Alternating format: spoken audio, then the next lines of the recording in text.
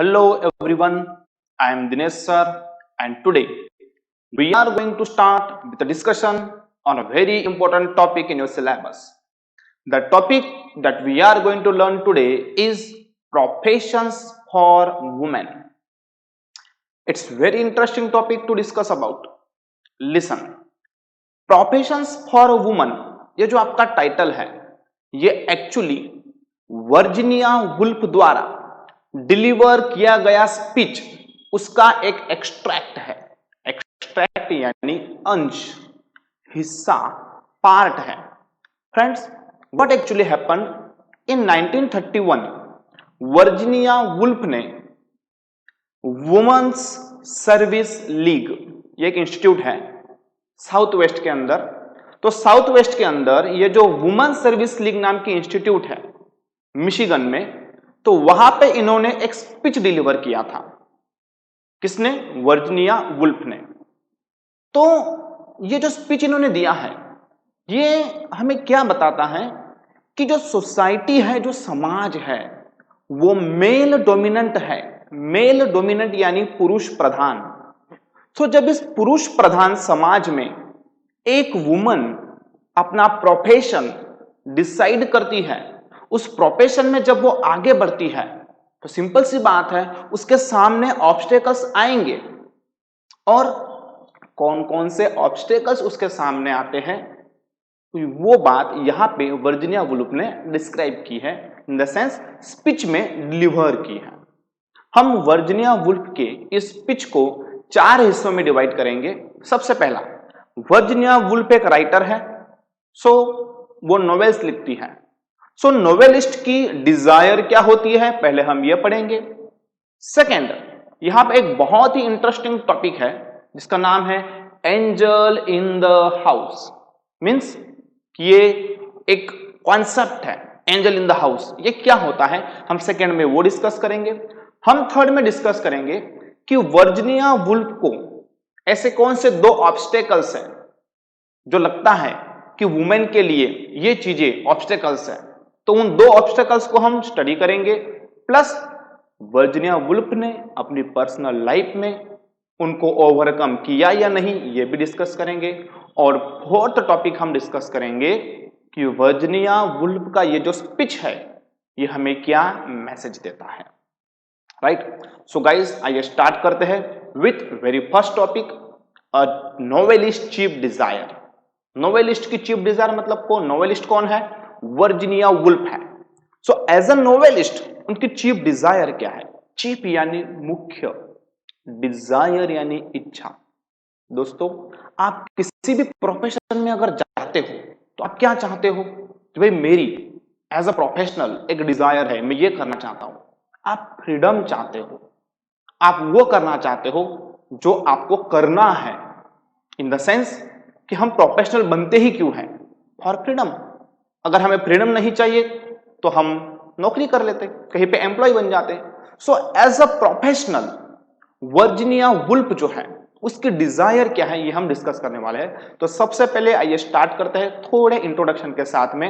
और इंट्रोडक्शन ये है जो मैंने ऑलरेडी आपको बताया कि द स्पीच, ये जो स्पीच है professions for woman was given, कहा दिया था ये स्पीच, आप गिवन के बदले वर्ड ले सकते हो, delivered, right, to the women service league. Women service league एक इंस्टीट्यूट है जो लीडरशिप के द्वारा कम्युनिटी को हेल्प करती है। जैसे हमारे यहाँ पे चैरिटी इंस्टीट्यूट होती है, वैसे वुमेन सर्विस लीग है। बाय वर्जिनिया वुल्फ इन 1931, ये स्पीच वर्जिनिया वुल्फ के द्वारा 1931 में दिया गया था। और जो इंस्टीट्यूट है जहां पे उन्होंने ये स्पीच दिया था उसका नाम है वुमेन सर्विस लीग। अब इस स्पीच के अंदर Woolf's main point in this speech was, वो मेन पॉइंट क्या था? To bring awareness. जो लेडीज उनके सामने बैठी है सुनने के लिए, उनके बीच में अवेयरनेस आए to the phantoms and obstacles. Guys, phantom, phantom का मतलब क्या होता है? फैंटम का डिक्शनरी मीनिंग होता है राक्षस। अब यहाँ पे हम फैंटम का मतलब राक्षस नहीं ले सकते। फैंटम यानी ऐसे विचार, ऐसी सोच जो बार बार हमारे माइंड में आके हमको परेशान करती है, वो फैंटम है। आएगा, डिस्कस करूंगा मैं डिटेल में। पहले मैं आपको यहाँ पे फैंटम का मीनिंग समझा दूं। फैंटम यानी ऐसी सोच, ऐसे विचार जो बार बार आपके माइंड में आते हैं और आपको परेशान करते हैं। ये हो गए आपके फैंटम्स। और दूसरे आपके ऑब्स्टेकल्स। तो ये जो ऑब्स्टेकल्स है that woman face in their profession.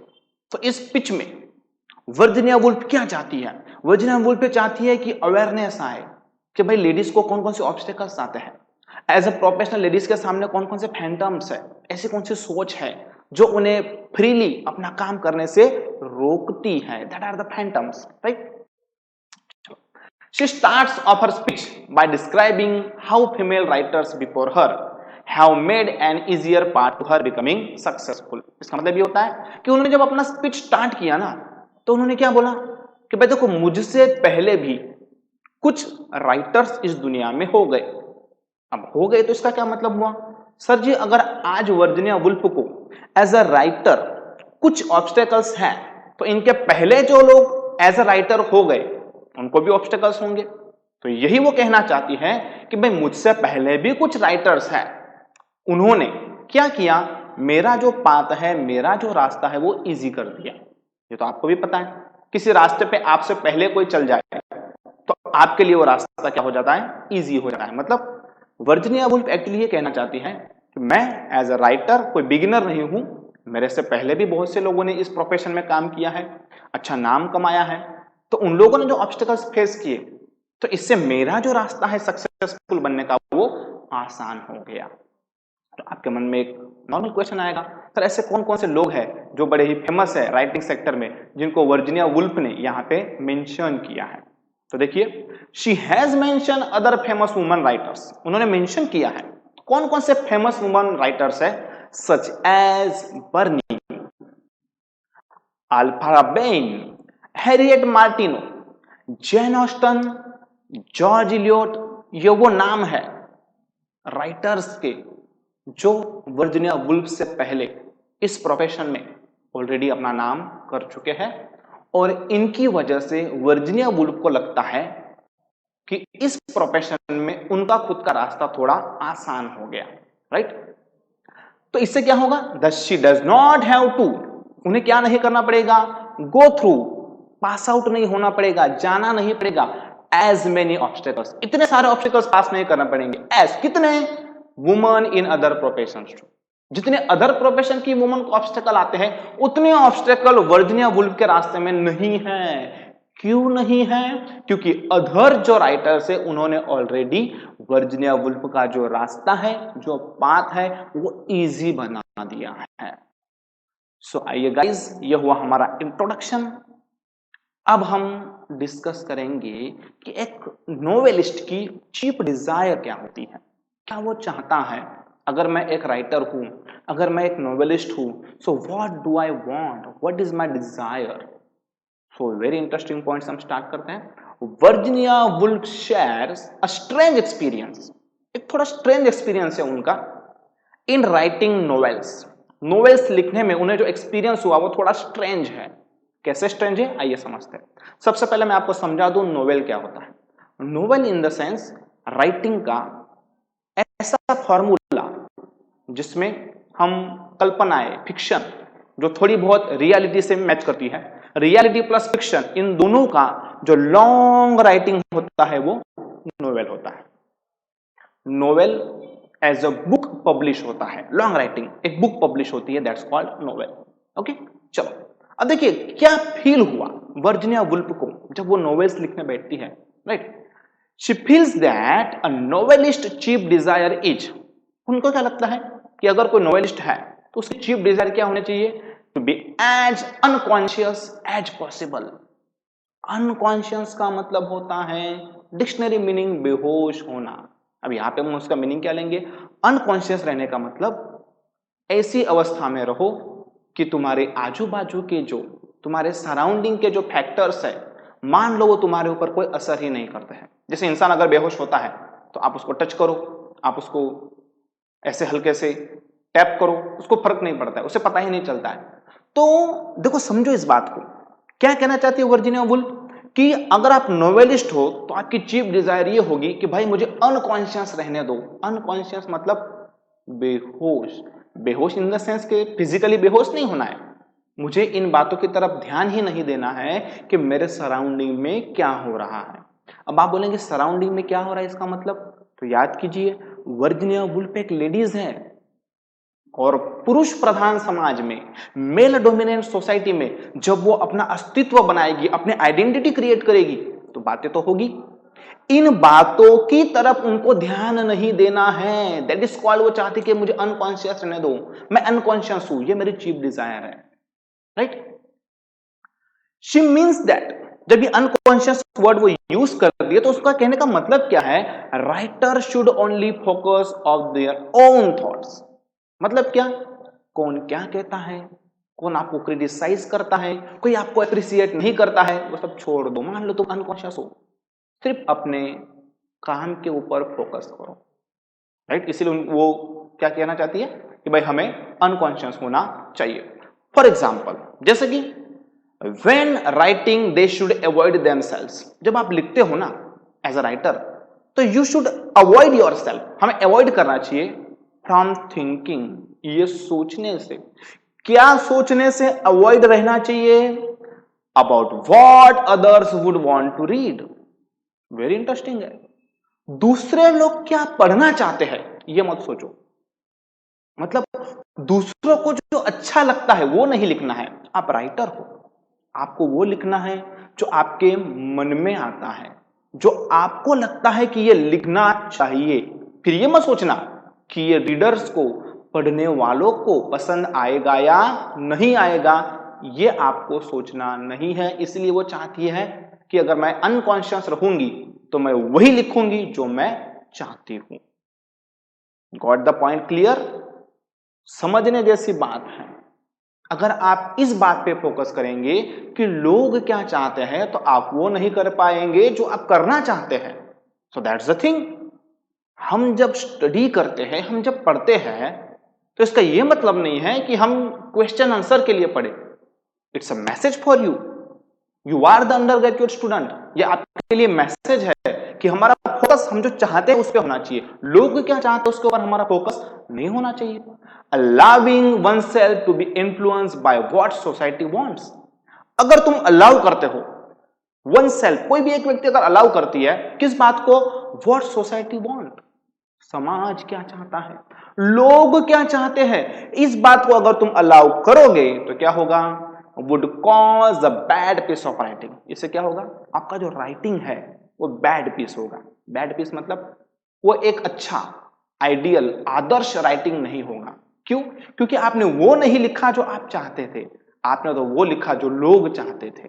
तो ये तो गलत बात हो गई, ऐसा लिखना नहीं चाहिए। इसीलिए वो चाहती है कि नोवेलिस्ट को अनकॉन्शियस रहना चाहिए। All the attention would go, जब आप दूसरों के बारे में सोचोगे तो क्या होगा, आपका जो सारा अटेंशन है वो कहां चला जाएगा, वेदर और not the expectations are being phased. जब आप दूसरों के बारे में सोचोगे तो आपका पूरा ध्यान किस पे होगा कि दूसरों की जो एक्सपेक्टेशंस है वो फुलफिल हो रही या नहीं हो रही, इस पे आपका ध्यान चला जाएगा। और आपका ध्यान कहां नहीं होगा, जो एक्चुअली आप चाहते हो वहां नहीं होगा। इसीलिए तो उन्होंने कहा कि नोवेलिस्ट तो यही चाहेगी कि भाई मुझे अनकॉन्शियस रहने दो, कौन क्या सोचता है, कौन क्या चाहता है, किसे अच्छा लगेगा किसे बुरा लगेगा वो मुझे सोचना नहीं है। I am unconscious. No attention would be paid if the piece is actually good. ये बात है, आप जो लिखना चाहते हो वो एक्चुअली गुड भी होगा तो आपका ध्यान उसकी तरफ नहीं होगा। इसलिए वो चाहती है कि भाई आप अपने काम पे फोकस करो। She has to induce herself in a state of continuous lethargy। क्या चाहती है पता है आपको Virginia Woolf? She has to induce herself, वो अपने आप को इंड्यूस करना चाहती है, अपने आप को प्रेरित करना चाहती है। इन अ स्टेट ऑफ, कौन सा स्टेट, स्टेट यानी अवस्था, सिचुएशन, वो अपने आप को कौन सी सिचुएशन में लेकर जाना चाहती है, कंटिन्यूअस लेथार्जी। कंटिन्यूअस यानी लगातार, और लेथार्जी का मतलब होता है सुस्त रहना। सुस्त रहना मतलब किसी ने कुछ कहा रिप्लाई मत दो, किसी ने आपको क्रिटिसाइज किया ध्यान मत दो, अपने अपने लेथार्जी में रहो, अपने अपनी सुस्ती में रहो, अपनी अपने धुन में रहो, ये वो चाहती है। सो दैट, इससे क्या होगा, अगर वो अपनी धुन में रहेगी तो नथिंग ब्रेक्स और डिस्टर्ब्स द इल्यूजन। सो उसके इल्यूजन को, इल्यूजन का मतलब क्या होता है? भ्रम। भ्रम यानी क्या? कल्पना की दुनिया। तो राइटर लिखते समय कौन सी दुनिया में होता है? कल्पना की दुनिया में होता है। तो उस कल्पना की दुनिया को कोई ब्रेक नहीं कर पाएगा, कोई डिस्टर्ब नहीं कर पाएगा, विच शी इज लिविंग। लिखते समय राइटर एक अपनी काल्पनिक दुनिया में होता है, अपने इल्यूजन में होता है, राइट। और अगर आप अपने आप को सुस्त बना लेते हो, अपने धुन में आ जाते हो, तो आपको कोई डिस्टर्ब नहीं करेगा और आप रियली वो लिख पाओगे एज अ राइटर जो आप चाहते हो। समझो इस बात को, ये आपके लिए भी है, राइट। ओके, अब देखिए इन्होंने क्या किया है कि अपनी जो परिस्थिति है उसको कंपेयर किया है, उसके लिए एक उपमा दी है। उपमा देने का मतलब क्या? उसके उचित, उसके समान एक दूसरा एग्जाम्पल देना। तो एग्जाम्पल क्या दिया है? Woolf imagines herself to be a girl. अपनी ये जो हालत है उसको वो वर्णन करती है कि मैं एक ऐसी लड़की हूं। कैसी लड़की? Sitting with a pain in her hand. जब कोई भी राइटर लिखने बैठता है तो पहले वो सोचता है, इमेजिन करता है, इल्यूज करता है, राइट। सो वो एक बैठी है एक पेन लेके, right, for minutes and for hours. Obvious है, लिखने से पहले कई मिनटों तक, कई घंटों तक सोचना पड़ता है। तो वो एक बॉल पेन लेके कई मिनटों तक, कई घंटों तक वो बैठी है without dipping it in the ink pot. मतलब जब तक एक अच्छी सोच नहीं आती, जब तक कंप्लीट आइडिया नहीं आता, तब तक आप उस बॉल पेन को इंक पॉट के अंदर डिप नहीं करोगे। तो ये उनकी हालत है। क्या? कि अगर तुम नॉवेलिस्ट हो तो तुम किसके जैसे हो? एक लेडीज, एक गर्ल जिसके हाथ में पेन है और नीचे इंक पॉट है, और वो घंटों तक, मिनटों तक उसके अंदर उस बॉल पेन को डिप नहीं कर रही है। क्यों? क्योंकि जब तक उसको क्लियर ना हो जाए what she actually wants to write, तब तक उसका बॉल पेन चलने वाला नहीं है। आई बात समझ में? तो कहने का मतलब कोई भी राइटर लिखते समय एक इमेजिनेशन में होता है, एक इल्यूजन में होता है, और ये इल्यूजन ब्रेक नहीं होना चाहिए। और ब्रेक नहीं होना चाहिए इसलिए उनको क्या करना है? अनकॉन्शियस मोड में रहना है। जैसे हमें मोबाइल में कोई डिस्टर्ब ना करे तो हम उसको फ्लाइट मोड में डाल देते हैं, वैसे ही नरेटर, वैसे ही राइटर वर्जीनिया वुल्फ ये चाहती है कि वो किस मोड में चली जाए? वो अनकॉन्शियस मोड में चली जाए, जहां पे उसको कोई डिस्टर्ब ना करे, उसकी कल्पना की जो दुनिया है इसको कोई डिस्टर्ब ना करे। The image that came to her mind was, और जब वो ऐसा सोचती है तो उनके सामने एक इमेज आती है। किसकी इमेज आती है? Of a fisherman. तो राइटर अपने आप को किसके साथ कंपेयर करती है? फिशरमैन के साथ। फिशरमैन क्या करता है? जो मछली पकड़ता है। लाइंग संक इन ड्रीम्स, जो किसी ड्रीम में, सपने में लाई कर रहा है, यानी पड़ा हुआ है, डूबा हुआ है सपने में। By the side of deep lake, एक लेक है, तालाब है, वहां पे एक फिशरमैन अपने सपनों की दुनिया में खोया हुआ है, right. With a rod held out over the water, क्या करके? पानी के ऊपर रॉड पकड़ के। आई बात समझ में? तो जैसे नरेटर लेखक है, वैसे ही फिशरमैन है। उन्होंने क्या किया? अपने आप को एक फिशरमैन की उपमा दे दी, that is called simile, right. कि एक राइटर एक फिशरमैन की तरह है। कैसा फिशरमैन? जो किसी अपने सपनों में डूबा हुआ है, तालाब के किनारे मछली पकड़ने का जो रॉड है वो पकड़ के अपने हाथों में, रॉड जो है वो पानी के ऊपर है, पानी के नीचे नहीं है, मतलब वो अपने सपनों की दुनिया में खोया हुआ है। सेम हालत राइटर की होती है जब वो नोवेल लिखने के लिए बैठती है, राइट। सो आइए कंटिन्यू करते हैं। So she let her imagination sweep unchecked. अब होता क्या है? वो अपनी इमेजिनेशन को स्वीप करने देती है। स्वीप करने देना यानी जाने देना, फैलने देना, अनचेक। चेक का आप नया मीनिंग यहां पे सीखेंगे। चेक करना यानी कंट्रोल करना, नियंत्रण में रखना। अनचेक मतलब अनियंत्रित। तो ऑब्वियस है, अगर आप राइटर हो तो आपकी इमेजिनेशन जो है उसको अनकंट्रोल रहने दो, जो सोचना चाहते हो वो सोचो। यही एक राइटर की डिजायर है। लेकिन होता क्या है? ये जो उनकी इमेजिनेशन है, जो अनकंट्रोल्ड है, अनचेक्ड है, वो अचानक से किसी हार्ड सब्सटेंस से टकराती है। अब आप बोलेंगे सर हार्ड सब्सटेंस से टकराती है मतलब? वो विचार अचानक से मन में आ जाता है क्या? अरे तुम तो लेडीज हो, तुम तो स्त्री हो, तुम ऐसा नहीं लिख सकती, तुम ऐसा नहीं बोल सकती। और बेचारी जो राइटर है उसका इमेजिनेशन, उसका इल्यूजन टूट जाता है। और ये इल्यूजन ना टूटे इसलिए वो चाहती है कि वो कंटिन्यूअसली अपने आप को कौन से स्टेट में रखे, अपने आप को इल्यूजन में रखे, लिथर्जी में रखे। Her imagination is broken when it strikes something hard. उनकी इमेजिनेशन टूटती है, उनका भ्रम टूटता है, उनकी कल्पना की दुनिया टूटती है जब वो किसी हार्ड चीज से टकराती है। हार्ड चीज से टकराने का मतलब क्या?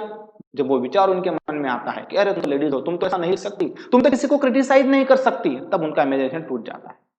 Where she wants to convey, the woman writers were obstructed by the extreme conventionality of other gender. अब आप पूछेंगे सर कौन सी हार्ड चीज है जिससे वो टकरा गई, उनकी कल्पनाएं टकरा गई? अब वो हार्ड चीज का नाम है कन्वेंशनलिटी। कन्वेंशनलिटी मतलब क्या?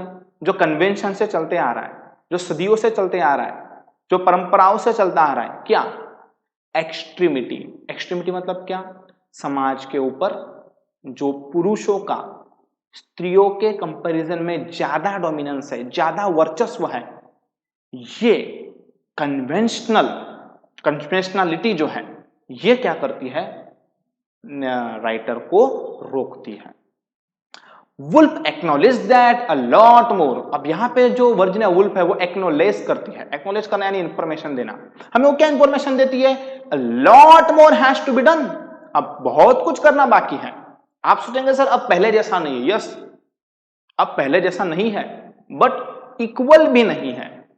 आज भी ये जो कन्वेंशनलिटी है, ये जो सदियों से चलती है ये सोच है, ये आज भी कहीं ना कहीं आपको ऑब्स्ट्रक्ट करती है। इसलिए वो हम एक्नॉलेज करती है कि lot more has to be done, बहुत कुछ करना बाकी है, before woman become truly free. स्त्री आज डॉक्यूमेंटरी फ्री है। डॉक्यूमेंटरी मतलब कागजातों में, कानून में स्त्री और पुरुष दोनों इक्वल है, दोनों फ्री है। क्या वो रियल में फ्री है? छोटा सा एग्जांपल देता हूं। बेटा अगर रात को 10 बजे घर आए तो कोई भी बहाना बना सकता है, मेरे दोस्त के घर पे गया था ये वो। बट अगर बेटी रात को 10 बजे घर पे आए तो सवाल जो है 1000 गुना ज्यादा होंगे। तो बस इक्वली दोनों फ्री नहीं है। A lot more has to be done before woman become truly free. अभी बहुत कुछ करना बाकी है in every sense of the word. जो फ्री नाम का वर्ड है, फ्री नाम का जो वर्ड है उसके हर सेंस में अभी फ्री होना बाकी है। उसके लिए बहुत कुछ करना बाकी है। Woman still have to define their true selves. आज भी जो वुमन है अपना जो ट्रू सेल्व्स है, अपनी जो रियल आइडेंटिटी है वो डिफाइन नहीं कर पाती है।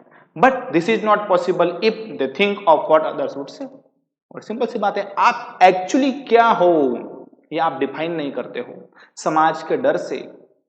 तो जब तक आप ऐसा करोगे कि दूसरे क्या कहेंगे, आप अपने आप को डिफाइन नहीं कर पाओगे। सो शी फील्स दैट, इसीलिए वो चाहती है, वो फील करती है वर्जिनिया वुल्फ क्या? अ नोवेलिस्ट चीफ डिजायर। अगर आप राइटर बनना चाहते हो, आप नोवेलिस्ट बनना चाहते हो, तो आपकी पहली इच्छा क्या होगी? भाई मुझे अनकॉन्शियस मोड में रहने दो, मतलब मुझे ना पता चलेगा कि लोग क्या सोचते हैं, लोग क्या कहते हैं, इससे मुझे कोई फर्क नहीं पड़ता और मैं एक्चुअली वो लिख पाऊंगी जो मैं चाहती हूँ। तो नोवेलिस्ट की चीफ डिजायर क्या है? To be as unconscious as possible. हो सके उतना मुझे अनकॉन्शियस रहने दो, अपनी धुन में रहने दो। Got the point? ओके।